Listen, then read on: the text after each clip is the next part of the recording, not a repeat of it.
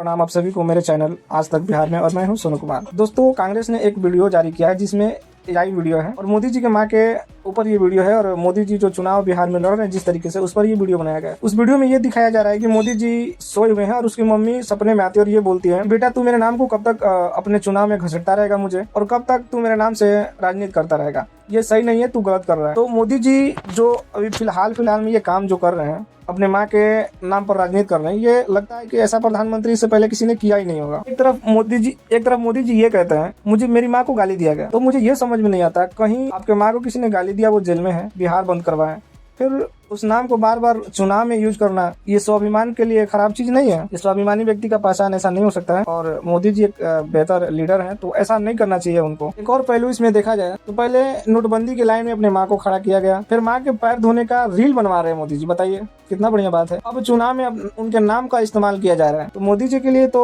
लगता है सही बात नहीं है, और जनता भी समझने लगी है कि मोदी जी कहने का मतलब कि मोदी जी के पास सब कुछ बिहार में चुनाव लड़ने के लिए मुद्दा है ही नहीं। तो पता नहीं मोदी जी क्या कर रहे हैं और क्या मिलेगा उनको, वो तो आगे पता चलता कि मोदी जी ये भी करे कि मेरे माँ को गाली दी गई, लेकिन बदले में पूरे बिहार को बंद करने की क्या आवश्यकता थी, और आम जनता की इसमें क्या गलती थी कि आपने पूरे तराही माम मचवा दे रहे हैं बिहार बंद करके। उस तरीके का आपकी भाजपा गुंडा भी है जो इन तरीके टीचर को जाने नहीं, स्कूल बस को रोक रहे हैं। प्लान चलन ढिमकाना बहुत सारा हुआ था, मैं वीडियो बनाया था, उसमें आप लोग देख सकते हैं। मोदी जी के चुनाव के मुद्दा के बारे में बात करें तो मोदी जी के पास ऐसा कुछ ठोस कर सकते हैं, ठोस मुद्दा नहीं है, सिर्फ माँ के नाम के सहारे वो मतलब नाम का हथियार बना के चुनाव में यूज करना चाहते हैं। देखते हैं मोदी जी इसमें भी कहां तक सक्सेस होते हैं, क्योंकि सबसे पहले तो उनका वो जो ऑपरेशन सिंदूर था वो फ्लॉप हो गया, क्योंकि वहीं पे बिहार के जनता ने उन्हें समझा और फ्लॉप करा। मोदी जी 5 भाइयों में से तीसरे स्थान पे थे। बड़े भाई का नाम था सेम, और दूसरे का अमृत, और तीसरे का जो मोदी जी है प्रहलाद मोदी, और जो चौथा का नाम पंकज था, और 5वां इनकी बहन थी जिसका नाम था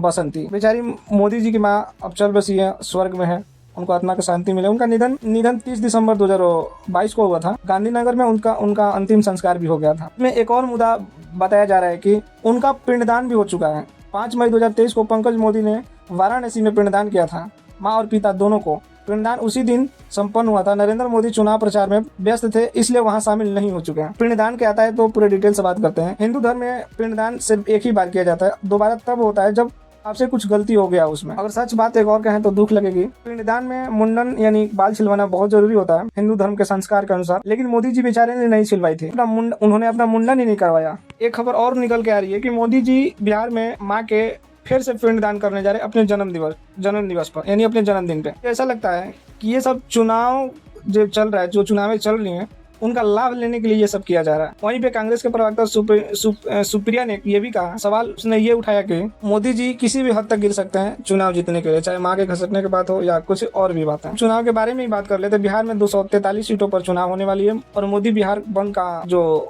बिहार बंद कराए वो भी फ्लॉप हो चुका है, और माँ का पिंडदान जन्मदिन पर ये नया दाव खेलना चाहते हैं। दूसरी नंबर बात, चुनाव का बिगुल कभी भी बच सकता है, क्योंकि उसका समय जल्द ही आ गया है। और इस वीडियो में इतना ही। नए वीडियो के अपडेट्स के लिए मेरे चैनल को शेयर सब्सक्राइब करें। नमस्ते, प्रणाम आप सभी को, जय।